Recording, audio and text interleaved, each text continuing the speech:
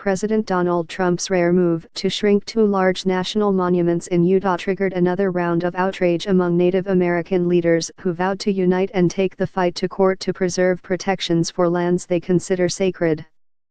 Environmental and conservation groups and a coalition of tribes joined the battle Monday and began filing lawsuits that ensure that Trump's announcement is far from the final chapter of the years-long public lands battle. The court cases are likely to drag on for years, maybe even into a new presidency.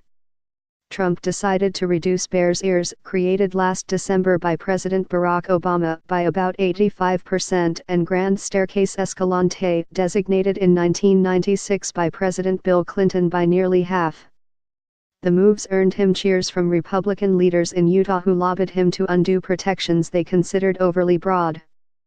Conservation groups called it the largest elimination of protected land in American history. The move comes a week after tribal leaders decried Trump for using the name of a historical Native American figure as a slur.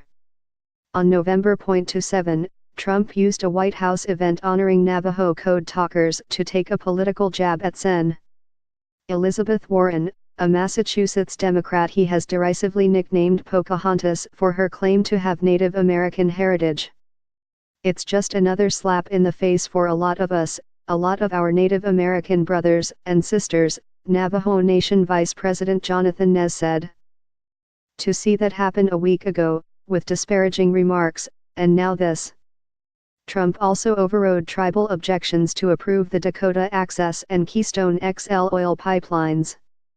The Navajo Nation was one of 5 tribes that formed a coalition that spent years lobbying Obama to declare Bears Ears to preserve lands home to ancient cliff dwellings and an estimated 100,000 archaeological sites. Native Americans visit the area to perform ceremonies, collect herbs and wood for medicinal and spiritual purposes, and do healing rituals. A lawsuit from the coalition of the Hopi, Ute Indian, Ute Mountain Ute, Zuni tribes and Navajo Nation was filed late Monday night. Earlier Monday, Earthjustice filed the first of several expected lawsuits, calling the reduction of Grand Staircase Escalante an abuse of the president's power that jeopardizes a dinosaur Shangri-La full of fossils. Some of the dinosaur fossils sit on a plateau that is home to one of the country's largest known coal reserves, which could now be open to mining. The organization is representing 8 conservation groups. Trump, in a speech at Utah's Capitol with the governor and other politicians, said the state's lands should not be managed by very distant bureaucrats located in Washington. Your timeless bond with the outdoors should not be replaced with the whims of regulators thousands and thousands of miles away, Trump said. I've come to Utah to take a very historic action to reverse federal overreach and restore the rights of this land to your citizens. The decision marks the first time in a half-century that a president has undone these types of land protections.